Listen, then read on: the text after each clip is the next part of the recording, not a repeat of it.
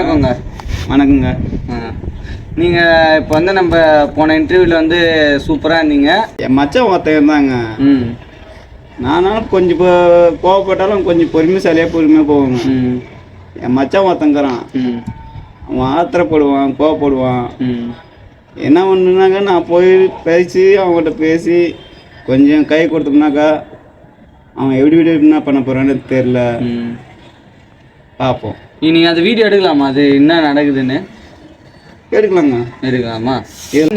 நீங்கள் உங்களோட சாப்டர் கடைசியாக சொல்லலாம். முதல்ல ஒருத்தர் கேட்குறேன். நீங்கள் வந்து நம்ம ஃப்ரெண்டு அயன்ராஜ் உங்களுக்கு தெரியும், அவரை பற்றி நீங்கள் என்ன நினைக்கிறீங்க? அவரோட கேரக்டர் எப்படி? அந்த புள்ள நல்லா படிக்கிற புள்ள, நல்ல புள்ள தான். இருந்தாலும் இப்போ இன்னும் நல்லா இம்ப்ரமேஷன் பண்ணி நல்லா படித்தானாக்கா இன்னும் நல்லா இருக்கும். பொட்டை பிள்ளையா? ஆம்பளை பிள்ளை தாங்க.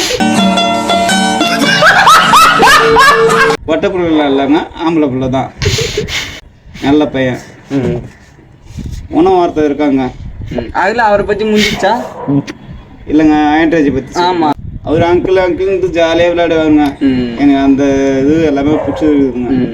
இன்னொருத்தர் இருக்கிறாருங்க, காலையை பெற்றும். ஏங்க அவரு நெக்ஸ்ட் அவரு தான் பற்றி கேட்க போகிறோம்.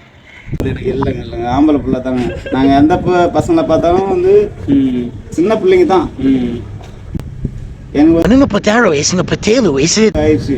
போன வாட்டி இதேமாரி ஒரு வாட்டி வளர்றீங்க. இந்த 36 × 37 ஒரு வயசு தாங்க டிஃபரன்ஸ். 36 × 37ன்றீங்க. இப்போ 36 இல்லை 37 வயசு தான் ஆகுதுங்க. அப்படி கொஞ்சம் ஷார்ப்பாக சொன்னீங்கன்னா புரியும். அந்த பையன் நல்ல பிள்ளை, நல்லா சிரிப்பாக பேசுவான், நல்லா ஜாலியாக பேசுவான். இன்னொருத்தர் இருக்கிறாருங்க,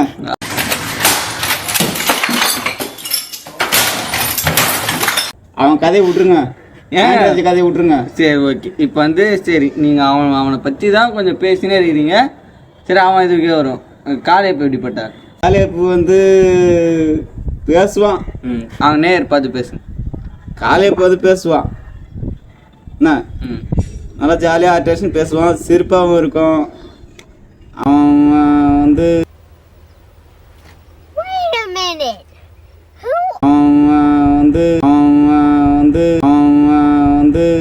எப்படி சொல்றது, எனக்கு சரியா சொல்ல வரல.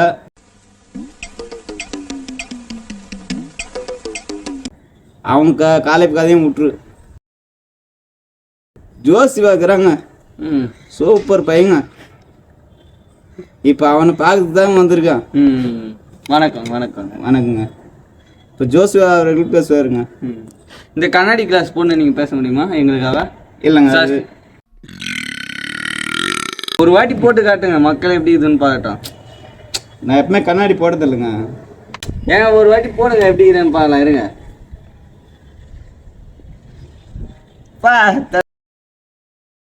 மாதிரி இருங்க, அப்படியே பேசுங்க, அவ்வளோதான். அப்படி விடுங்க, இது இருங்க, அவ்வளோதான். அது எனக்கு அப்படியே விடுங்க. அது எனக்கு ஒத்து வரலைங்க. அது எப்படி சொல்கிறதுன்னா எனக்கு ஒன்றும் புரியலைங்க. நல்லா இருக்கீங்க, மக்கள் பார்த்து இப்போ ஒரு வணக்கம் மட்டும் சொன்னீங்கன்னா கொஞ்சம் நல்லாயிருக்கும். அது வந்து இப்படி தள்ளி பேசினாதான் நல்லா இருக்கும், புரியுதா? சரி, வணக்கம் சொல்லுங்க. அப்படி வச்சு வணக்கம் சொல்லுங்க. இப்படி வச்சு நம்ம சொன்னோம்னா தான் வணக்கம். வா,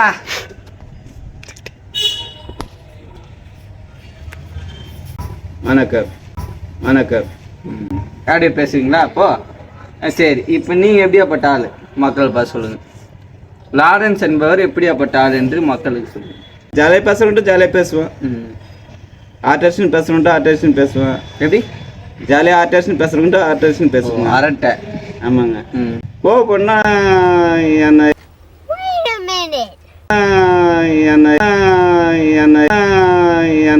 10 பேர் வந்தாலும் சரி, 50 பேர் வந்தாலும் சரி, ஏன்னா என் கோவத்தை கட்டுப்படுத்தவே முடியாதுங்க. குறி வச்சா விழணும். அதுக்கப்புறம் உங்கள் கோவத்தை பற்றி ஏதாவது சொல்ல முடியுமா? இந்த மாதிரி நான் கோவப்பட்டேன், இவ்வளோ எனக்கு வெறி வரும், இந்த மாதிரி பண்ணி வச்சிட்டேன் நான் அப்படின்னு ஏதாவது சொல்ல முடியுமா? நிறைய பண்ணியிருக்கேங்க. அதுதாங்க, அதுலேருந்து ஒரு 2-3 வார்த்தை நம்மளுக்கு நான் சின்ன பிள்ளையில கோவப்படுறதுலாம் அதிகமாக கோவப்படுவேங்க. இப்போ ஏதாவது ரீசெண்டாக கோவப்பட்டு ஏதாவது நடந்திருக்கா? ரீசெண்டாக நான் கோவப்பட்டுருங்க. எவ்வளோ பண்ணேன். 4-5 பேர் வந்தாங்க, 10 பேர் கிட்ட வந்தாங்க, அடிக்கிறதுக்குன்ட்டு வந்தாங்க. என்னுடைய கோபம் பூரா எங்கள் இருக்கிறவங்க எல்லாமே வந்து கட்டுப்படுத்திட்டாங்க. நான் கோவப்பட இல்லைன்னா உங்களை கட்டுப்படுத்தலைன்னா நீங்கள் என்ன பண்ணிருப்பீங்க? கட்டுப்படுத்தலைன்னா வேறு மாதிரியே பண்ணியிருப்பேங்க. நீங்கள் அப்படி அவ்வளோ பெரிய ஆளா? நீங்கள் அவ்வளோ பெரிய ஆளுன்ட்டு கிடையாது.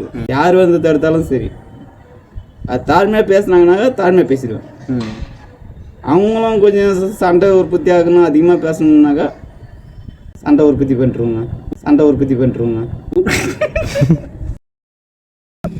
எனக்கு இது மாதிரி போடாலுமே எனக்கு கடுப்பாக இருக்கட்டும். சரி, லைட்டாக மேலே வச்சிங்க, இவ்வளோ போதும். அப்படி விடுங்க. சண்டை சச்சரவுகள் பற்றி உற்பத்தின்னு நம்ம இது சொல்கிறோம். ஜாலியாக சொல்கிறீங்க. அது வந்து ஜாலி நம்ம சொல்கிறோம். சரி, அதுதான். நீங்கள் ஏதாவது ஒரு பொருள் என்ன ஏதாவது உடச்சிக்கிறீங்களா? நீங்கள் நான் பைக்கு வச்சுருக்கேன், வீட்டுக்கும் வச்சுருக்கேன். உங்களுக்கு இவ்வளோ கோவம் வருதா? சண்டைன்னு வந்துட்டா என்னெல்லாம் யாரும் கட்டுப்படுத்த முடியாதுங்க. எங்கள் தாயத்தை பெற்றோர்கள் வந்தாலுமே வந்து அவங்க வந்து கட்டுப்படுத்தணும்னு கட்டுப்படுத்த முடியாது. பெற்றோர்கள் மேலே அந்த அதான் சீலிங்கே போட்டு உடைப்பீங்களா? எப்படி உடைப்பீங்க? கடப்பாரை வச்சா இல்லை கையை வச்சா? ஆனால் நான் கேள்விப்பட்டது கையை வச்சு தான் வச்சிங்கன்னு கேள்விப்பட்டேன். அது அவ்வளோ பெரிய அந்த சிமெண்ட் போட்டதை கையாலே குத்து வச்சு. சிமெண்ட் போட்டது இல்லைங்க, அது இந்த அவமானம் உனக்கு தேவையா? சிமெண்ட் போட்டதெல்லாம் இல்லைங்க, சிமெண்ட் போடுதாங்க. அது நம்மளுக்கு ராங் இன்ஃபர்மேஷன் கொடுத்துறாங்க. இப்போ நீங்கள் இன்டர்வியூ வரேன்னு தெரிஞ்சவொடனே உங்களுக்கு ஒரு 4 பேர்கிட்ட விசாரித்தோம் நீங்கள் எப்படிப்பட்ட ஆளுன்னு. அவங்க சொன்னாங்க இந்த மாதிரி கோவப்படுவார் பவர், நீங்கள் பார்த்து பேசுங்கன்னாரு. ஆனால் எங்களுக்கு அப்படி ஒன்றும் தெரியல. ஃப்ரெண்டுன்றதுனால நாங்கள் உங்ககிட்ட ஜாலியாக பேசுகிறோம். அதே வந்து சண்டை மாதிரி பேசுனாங்கனாக்கா அது சண்டையை பேசி விட்டுருவோம். உங்களை பொறுத்தவரைக்கும் நீங்கள் நல்ல மனுஷன். நல்லவங்களுக்கு பொறுத்தவரைக்கும் நான் நல்லவன், கெட்டவங்களை பொறுத்தவரைக்கும் நான் கெட்டவன். அந்த மாதிரி ஏதாவது ஒரு டைலாக் சொல்லுங்கள். அந்த டைலாக்லாம் எனக்கு சொல்ல வராதுங்க.